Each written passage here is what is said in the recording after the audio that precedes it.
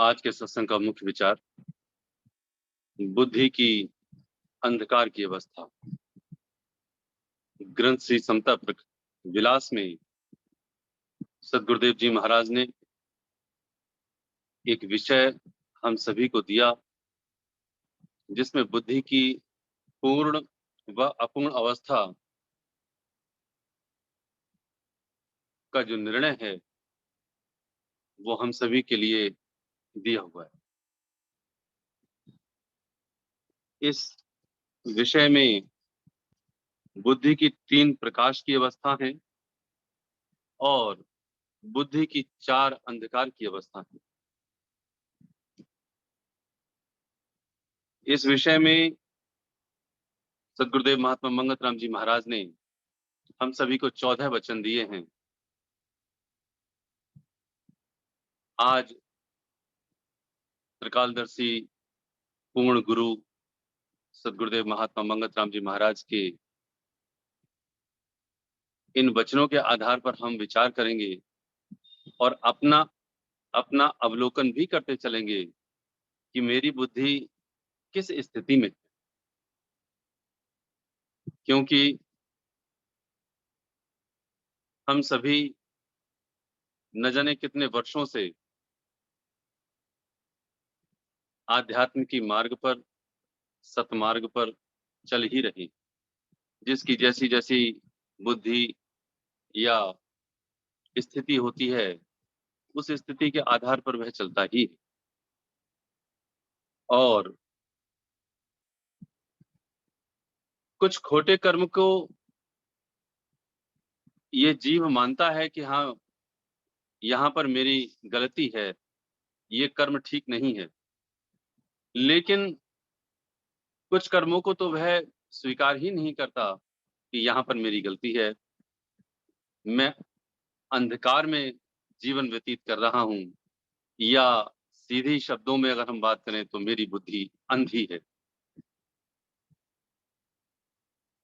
हालांकि हम सभी आरती में गायन करते हैं, अंधमत कुकर को राख ले कृपा निध करता। तो जो हमारी अंधमत है, अंधमत का मतलब है कि मेरी मति अंधी है। और अंधमत कुकर, कुकर कहते हैं कुत्ते के लिए। लेकिन हम नित्य प्रति पढ़ करके भी हम उस बात को नहीं समझ पाते कि हाँ, मेरी बुद्धि किस प्रकार कहाँ पर अंधी है और कहाँ पर मेरी बुद्धि प्रकाशमय है, या यूं कहें शुद्ध है। तो वचन के आधार पर हम आज समझें। महाराज जी ने पहले वचन में हम सबकी आंखें खोली हैं जिस सत्संग के बारे में हम विचार करते हैं कि जीव की बंधन और मुक्त हालत का विचार करना और बंधन स्वरूप कर्म का त्याग करना और निर्बंध अवस्था की प्राप्ति का सतयत्न धारण करना, इन भावों का विचार सम्मिलित होकर करना असली सत्संग है। तो जीव के बंधन की और मुक्ति की हालत यदि हम सत्संग में विचार कर रहे हैं कि कहाँ मेरा बंधन खड़ा हुआ है, कहाँ मेरा मुक्ति का मार्ग है, तो सही मायने में वही सत्संग है और कोई सत्संग नहीं। इसलिए महाराज जी सत्संगी का जो मूल साधन है वह अगले वचन में कहते हैं। समता सत्संग में हर एक व्यवहारिक और परमार्थिक कमजोरी का विचार करना और सत नियमों को धारण करने का पुरुषार्थ करना हर एक सत्संगी का मूल साधन है। यानी मलिन कर्मों का त्याग करना जो परमार्थिक बुद्धि को नाश करने वाले हैं। तो हम समता का सत्संग प्रतिदिन सुन रहे हैं। तो समता का जो सत्संगी होता है वह सत्संगी सत्संग में अपनी कमजोरी का विचार करता है कि कहाँ मेरी कमजोरी खड़ी हुई है। व्यवहारिकता में अपना विचार करता है कि कहाँ मेरी व्यवहारिकता में कमी है। इन सभी कमियों को ध्यान में रख करके वह क्या करता है, गुरुदेव कहते हैं मलिन कर्मों का त्याग करना जो परमार्थिक बुद्धि को नाश करने वाली थी। तो जो मेरी मलिन बुद्धि, मलिन कर्म है, यानी मेरी बुद्धि को जो मलिन कर रहे हैं, यदि मैंने उनका त्याग नहीं किया, तो मैं कहाँ खड़ा हुआ हूँ? जरा विचार तो करके देखें। यदि मलिन कर्मों का त्याग मैं नहीं कर पा रहा या मैं नहीं कर रहा हूँ, तो मेरी बुद्धि आज भी अंधकार में खड़ी हुई है। तो इसीलिए सतपुरुष फरमाते हैं तीसरे वचन में कि वक्त की पाबंदी अधिक जरूरी समझकर हर एक दुनियावी कारज और परमार्थिक कारज समय समय पर करने चाहिए। ये वचन तीसरा है और महाराज जी ने लिख करके हम सभी को दिया कि यानी कि सोना, जागना, खाना, पीना, सत्संग, दान, तप, भजन वगैरह वक्त के मुताबिक होने चाहिए। जो भी पूर्ण ऋषि आते हैं, हम सभी को जो तालीम देते हैं, उस तालीम में कहीं कोई कमी नहीं रहती। हम यदि पूरी शिक्षा को पढ़ें, तो हमें समझ आ जाएगा कि जो हमारे परमार्थिक कार्य हैं और जो हमारे सामाजिक कार्य हैं, इन सभी के लिए वक्त वक्त पर अपना-अपना कार्य करके हमें उनको संपूर्ण करना चाहिए। कितनी छोटी-सी बात लिखी हुई है, सोना, जागना, खाना, पीना और साथ में सत्संग, दान, तप, भजन वगैरह वक्त के मुताबिक होने चाहिए। मैं बेवक्त हूँ, संपूर्ण सृष्टि वक्त पर है। सूरज वक्त पर निकलता है, वक्त पर अस्त होता है। वक्त पर ऋतुएं आती हैं और चली जाती हैं। सांझ होती है, सुबह होती है। और मैं ही एक ऐसा हूँ जो बेवक्त हूँ। और तो और मेरा कोई सिस्टम ही नहीं है। कोई भी सिस्टम नहीं है, कब मैं सो रहा हूँ, कब मैं जाग रहा हूँ, खाना, पीना, मेरा कोई कोई सिस्टम नहीं है। मैं इस दुनिया की चकाचौंध में अपने प्रोग्राम ऐसे बनाता हूँ कि मेरे लिए सबसे ज़्यादा से ज़्यादा उन्नति इस सामाजिक रूप में हो जाए। इसलिए मैं सारे के सारे नियम को एक ताक पर रख देता हूँ और अपनी ज़िंदगी को व्यतीत करता हूँ। ये मेरा आलम है, ये मेरी स्थिति है। इसलिए गुरुदेव कहते हैं कि हमें वक़्त पर अपने सभी समस्त कार्यों को करना चाहिए। ये सभी कार्य हमारी बुद्धि के ऊपर निर्णय करते हैं। इसीलिए महाराज जी कहते हैं कि ये जो बुद्धि है, जैसा-जैसा निर्णय करती है, वैसा-वैसा हम, या यूँ कहें, हमारा शरीर, हमारा मन, हमारी इंद्रियाँ वैसा ही कार्य करने लगती। मन मेरे अधीन है, मैं मन के अधीन नहीं। इंद्रियाँ मेरी हैं, मैं इंद्रियाँ नहीं हूँ। इसलिए इंद्रियाँ वो करेंगी, मन मेरा वो करेगा जिसके लिए बुद्धि सही रूप से निर्णय करेगी। लेकिन मन के अधीन मैं हो गया, इंद्रियों के अधीन मैं हो गया, या यूँ कहें बुद्धि जो है इन मन और इंद्रियों के अधीन हो गई और मैं उसका गुलाम बन गया।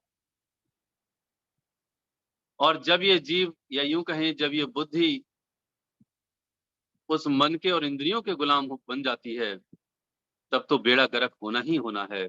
कोई रोक नहीं सकता। क्योंकि हम अपनों को कभी रोक ही नहीं पाते। हमारी अपनी नातेदारी, रिश्तेदारी, ये हमारा परिवार, हम उसके भुलावे में आ जाते हैं, वो जैसा-जैसा कहते हैं और हम करते जाते हैं। सत्पुरुष की बात को, अपने गुरु की बात को हम साइड में रख देते हैं कि ग्रंथ हमारा एक अलमारी में है और नियम भी उसी अलमारी में बंद है। वास्तविकता तो यही है, सच्चाई तो यही है। अन्यथा हो ही नहीं सकता है ऐसा कि जो हम अपने गुरु को स्थान दें अपने हृदय में, सबसे ऊंची स्थिति पर बैठाएं अपने गुरु को, और बात हम उनकी ना मान करके अपनी मन की माने, अपनी इंद्रियों की माने, या अपने घर परिवार और नातेदारी रिश्तेदारी की माने। ऐसा हो ही नहीं सकता। इसलिए जो आगे निर्णय वचनों में आ रहा है, वह बुद्धि की वह स्थिति का वर्णन कर रहे हैं महाराज कि मेरी बुद्धि की उल्टी स्थिति है, इसलिए मेरे निर्णय जो है सामाजिक और परमार्थिक अलग अलग होते जाते हैं। गुरुदेव कहते हैं सत्संग द्वारा बुद्धि के पूर्ण रूप को विचार करना चाहिए, क्योंकि कुल संसार का चक्र बुद्धि की कमी बेशी से चल रहा है। बुद्धि की लीन अवस्था सत्स्वरूप आत्मा है, और बुद्धि की विचलित हालत कर्म फल की वासना है। विचलित हालत, यदि मेरा सत्कर्म या यूं कहें मेरा समस्त प्रोग्राम एक नियत प्लानिंग के अनुसार नहीं चल रहा, तो मेरी विचलित हालत है। दूसरों के मुताबिक कि मेरा प्रोग्राम बन जाए तो मेरी हालत बुद्धि की क्या है?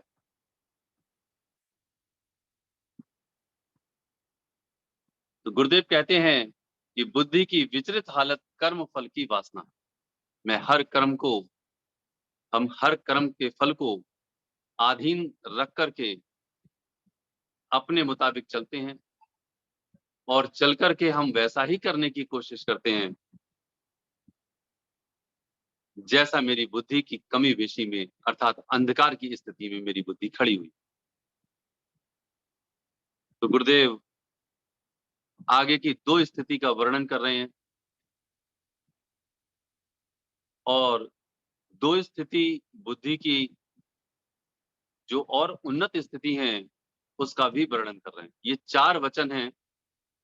वचन 8 और वचन 9 में बुद्धि की पहली 2 स्थिति, 2 अवस्थाएं हैं, और बुद्धि की जो और उन्नत स्थिति है, यानी अंधकार की जो कम अंधकार की है, वो 10वें वचन में और 11वें वचन, या यूं कहें तीसरी अंधकार की अवस्था और चौथी अंधकार की अवस्था है। जितने प्रेमी माताएं और समस्त बाल रूप समता के सुन रहे हैं, वो पहली अवस्था और दूसरी अवस्था के तो नहीं ही होते हैं, ऐसी उम्मीद हम सब एक दूसरे से करते हैं। सुनिए पहली बुद्धि की अवस्था क्या, अंधकार की। बुद्धि की पहली अवस्था अंधकार की यह है कि अति देह के मद में गिरफ्तार होकर अपने स्वार्थ कर्म में लीन रहना, और स्वार्थ की खातिर अधिक से अधिक यत्न करना। जो वचन संगत के सम्मुख आ रहा है उसको, उस वचन को पूरा ध्यान से श्रवण करें। अंतर से न किसी की सीख को मानना, और न ही ईश्वर की हस्ती पर विश्वास रखना। जो कुछ भी करना अपनी गर्ज की खातिर करना, यह भावना चांडाल स्वरूप की है। यह अधिक मलिन अवस्था है। इस अवस्था में संसार के भोगों में अग्नि के मानिंद, यानी अग्नि की तरह ये जीव जलता रहता है। घोर अंधकार की अवस्था महाराज जी ने पहली बताई हुई है कि वह देह में लीन रहता है, देह के मद में ही लीन रहता है। उसकी ये स्थिति ऐसी बनी होती है कि मैं बना रहूं और मेरा परिवार बना रहे, और परिवार से ऊपर नाते रिश्ते बने रहें, मेरी बिरादरी बनी रहे, और इसके ऊपर मेरा धर्म, या यूं कहें मेरा जो देश है वो बना रहे। इन सभी चीजों को गुरुदेव देह के स्तर पर रखते हैं, वो उसी में लीन रहता है। तो महाराज जी कहते हैं, अति देह के मद में गिरफ्तार होकर अपने स्वार्थ कर्म में लीन रहता है और स्वार्थ की खातिर अधिक से अधिक यत्न करता है। जितने भी उसके यत्न प्रयत्न रहते हैं वो सारे के सारे स्वार्थ के अनुसार ही रहते हैं।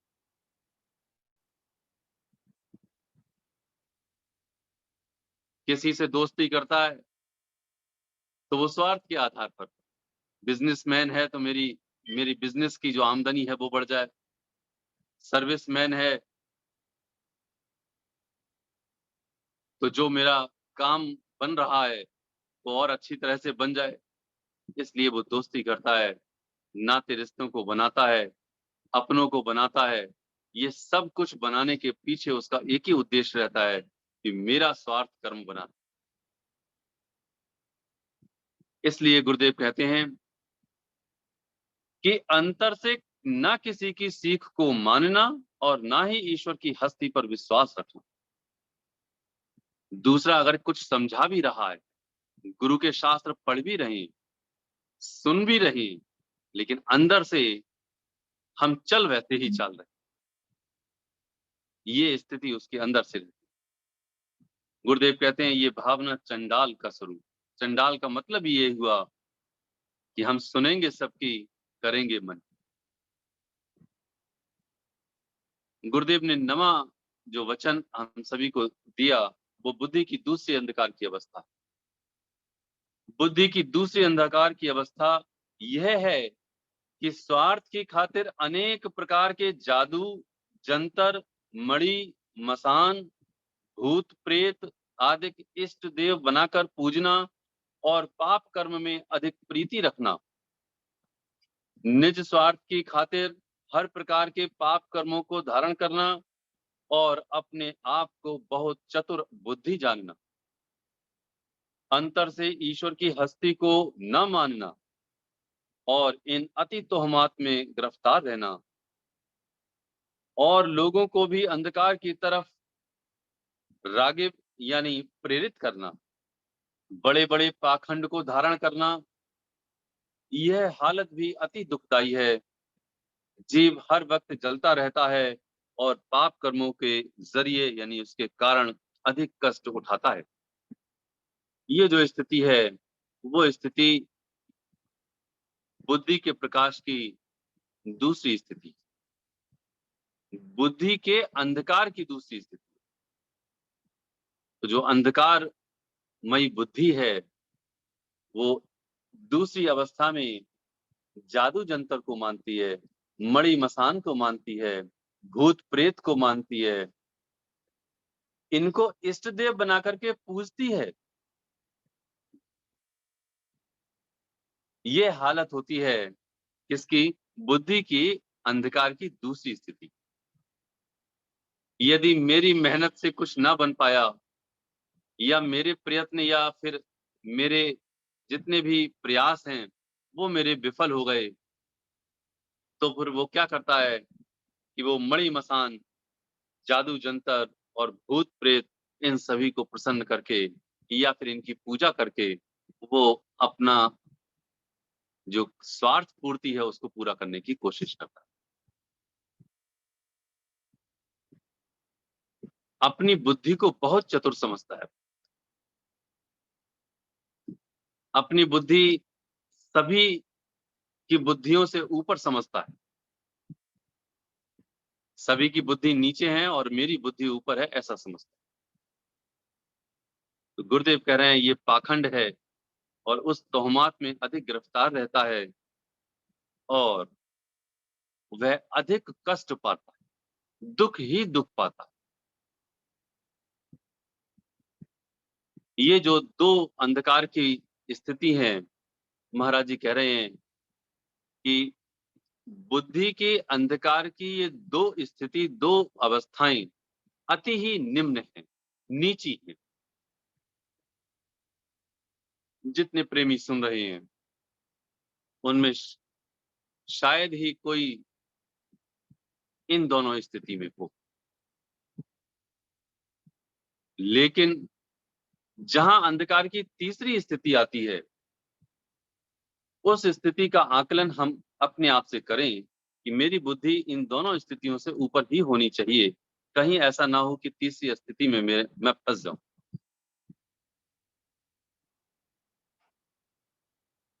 दसवां वचन गुरुदेव फरमाते हैं, बुद्धि की तीसरी हालत अंधकार की यह है कि स्वार्थ की खातिर अनेक प्रकार की साधना करनी और देवी देवताओं को बलियां चढ़ाकर अपने स्वार्थ की याचना करनी।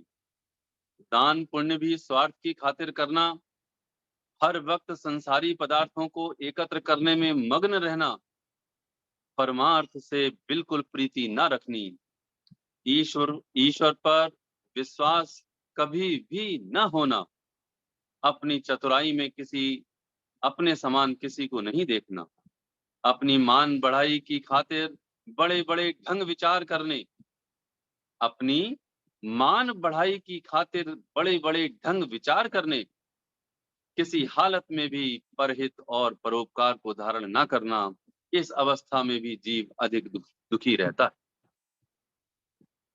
ये जो बुद्धि की तीसरी स्थिति है, इस स्थिति को हमें ज़रूर विचार करना पड़ेगा कि कहीं मेरी बुद्धि यहाँ पर फँसी तो नहीं।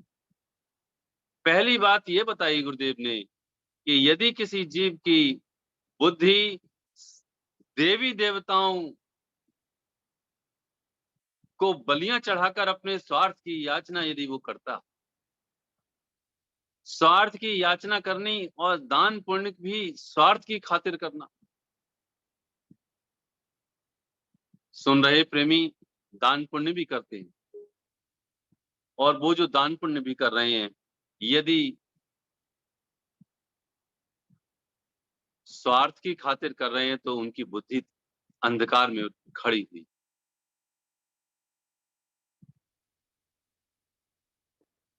संसारी पदार्थों को एकत्र करने में यदि कोई जीव इस समय लीन है, तो उसकी बुद्धि अंधी है, अंधकार की तीसरी अवस्था में वो खड़ा हुआ।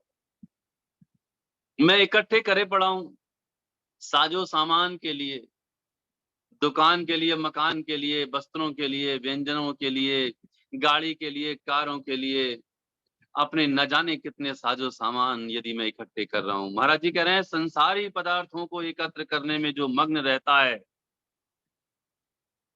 वह बुद्धि की तीसरी अंधकार की अवस्था में खड़ा हुआ है। महाराज जी कहते हैं, अपनी मान बढ़ाई की खातिर बड़े-बड़े ढंग विचार करने। मेरा मान हो जाए, मेरा पद मिल जाए, मुझे मिल जाए। ये स्थिति यदि वो इस स्थिति में खड़ा हुआ है, तो अंधकार की तीसरी स्थिति में खड़ा हुआ है।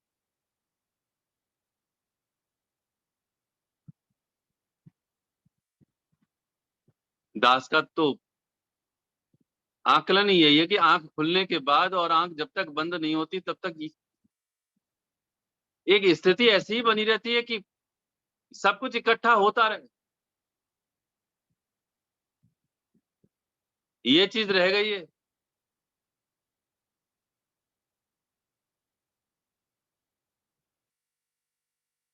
यदि मेरे देह के साजो सामान या मेरे परिवार के परिवारी जनों के साजो सामान में मैं इकट्ठा करने में लगा हुआ हूँ,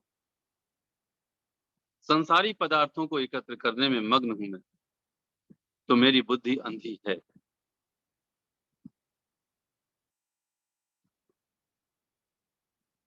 देवी देवताओं को मानता हूं, और वो भी कैसे? संकल्प रखकर। मेरा संकल्प होता है कि माँ मुरादें पूरी कर दे, हलवा बांटू। अभी मई जून का महीना चल रहा है, जितने तीर्थ स्थान हैं सब हाउसफुल हैं, कहीं कोई जगह नहीं है। ये मेरी ये आज की स्थिति है।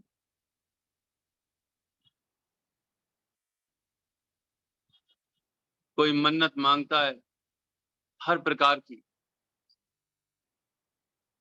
और देवी देवताओं को मनाने का यत्न करता है।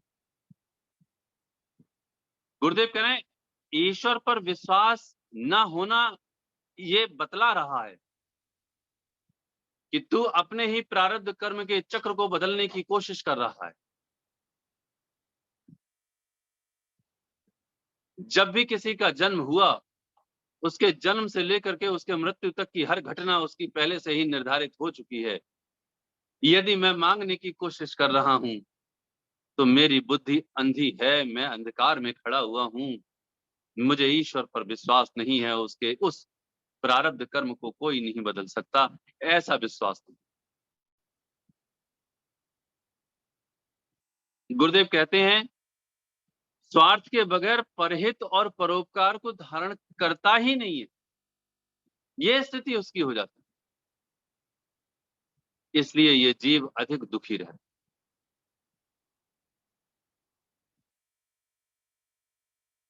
आज बुद्धि के अंधकार की चौथी स्थिति को 5 मिनट में और सुने। आज का विचार दास अंधकार की इन अवस्थाओं का वर्णन करने के लिए ही संगत के सम्मुख है। महाराज जी अंधकार की उस स्थिति का वर्णन चौथी अवस्था में कर रहे हैं। उसको ध्यान से श्रवण करें, क्योंकि हम अपने आप के लिए बड़े बुद्धिमान और बुद्धि की ऊंची अवस्था को मानते हैं कि हम बड़े बुद्धिमान हैं। वचन 11 वचन में महाराज जी कहते हैं, बुद्धि की चौथी अंधकार अवस्था यह है कि अपने स्वार्थ की खातिर ग्रहों और गुरु पीर अवतारों की पूजा करनी, लोक दिखलावा ज्यादा प्रकट करना, संसारी भोगों की खातिर कुछ तप जप भी करना और कुछ दान भी करना, तीर्थ यात्रा आदि अनेक साधना करना, मगर अंतर से निज स्वार्थ में लीन रहना, संसारी ऐश्वर्य का ज्यादा लोभ करना और लोक यश की खातिर कुछ धर्म के कार्य भी धारण करने।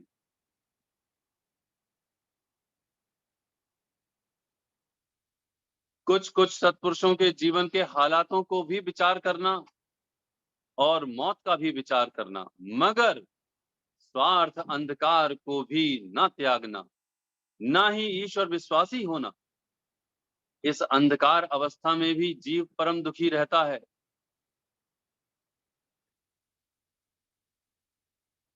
प्रथम की 2 अवस्थाएं अधिक अंधकारमयी हैं, इनको ही राक्षसी स्वरूप जानना चाहिए।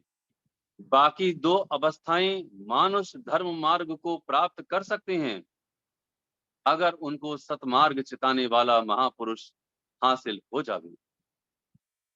दास ने पहले ही इस बात को, जो महाराज जी ने लिखा था, दास ने पहले ही इस बात को रिपीट किया था कि महाराज जी इस बात को कह चुके हैं कि अंधकार की 4 अवस्थाएं हैं, उनमें से 2 अवस्थाएं पहले की अति मलिन अवस्थाएं हैं, चांडाल का स्वरूप हैं।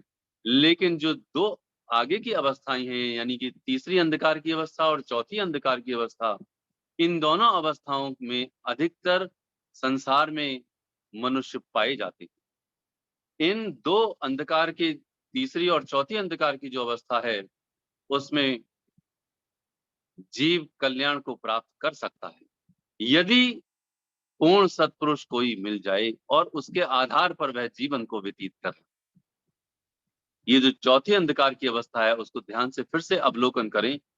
महाराज जी कहते हैं कि गुरु पीर अवतारों की पूजा करनी, और वह भी स्वार्थ की खातिर।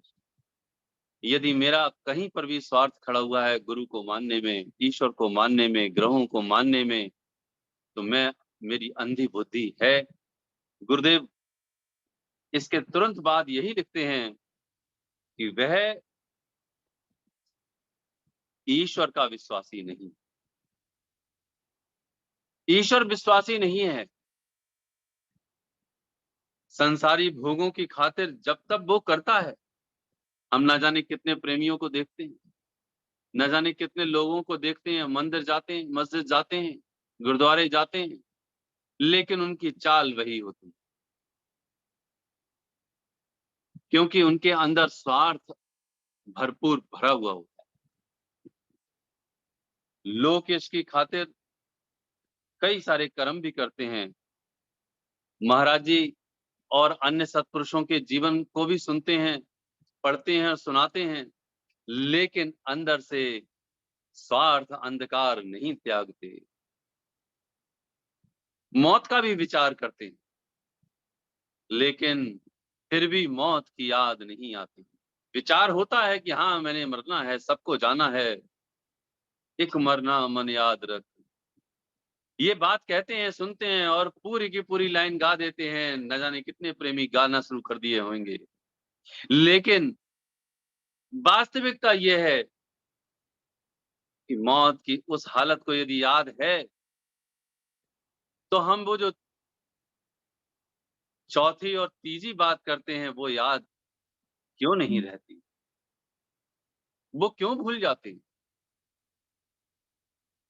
अंधकार की इन चारों अवस्थाओं का जो वर्णन आज हमने सुना, इन सभी अंधकार की अवस्थाओं में मैं किस अंधकार की अवस्था में स्थित हूँ, मैं खड़ा हुआ हूँ, ये विचार गहराई से करना है। कहीं ऐसा तो नहीं कि मैं अपने आप के लिए बड़ा बुद्धिमान समझ रहा हूँ और मेरी स्थिति खड़ी वहीं की वहीं, मैं वहीं पर खड़ा हुआ हूँ। सद्गुरुदेव महात्मा मंगत राम जी महाराज ने हम सभी के लिए बुद्धि के अंधकार की अवस्थाओं का वर्णन किया है। हम दूसरे में नुक्ताचीनी तो निकालते हैं, लेकिन अपनी ओर कभी नहीं देखते। दूसरों की ओर गलतियों को निकालते हैं, अपनी ओर कभी नहीं देखते। क्योंकि हम दूसरों को गलती निकालते हुए अपने आप को बुद्धिमान समझते हैं, देखो मैंने तुम्हारी गलती निकाल ली है। लेकिन हम प्रभु का ध्यान कितना करते हैं? याद रखना, जिस पेड़ पर फल आते हैं वह फल झुक जाता है, उसकी हर डाली डाली झुक जाती है। जिस भी जीव पर गुण आना शुरू होते हैं, वह जीव सबके सम्मुख झुक जाना पसंद करता है, हाथ जोड़ना पसंद करता है। गलती हो न हो, स्वीकार करते हुए खुद को मरना पसंद करता है। बुद्धि मेरी उस परमपिता परमेश्वर में लीन हो जाए। परमेश्वर हम सभी के लिए प्रकाशमयी बुद्धि की हालत में पहुंचाएं। हम सब कोशिश करें कि अंधकार की बुद्धि हमारी खत्म हो और हम प्रकाशमयी बुद्धि तक पहुंच जाएं। अगले शनिवार के लिए या इतवार के लिए बुद्धि की 3 प्रकाशमयी स्थितियों का वर्णन दास करेगा। हम अपनी-अपनी अंधकारमयी स्थिति को और प्रकाशमयी की ओर लेकर के जाएं, अंधकार से छूटें। यही प्रभु से प्रार्थना है, परमात्मा से प्रार्थना है। ओम ब्रह्म सत्यम सर्वत्र।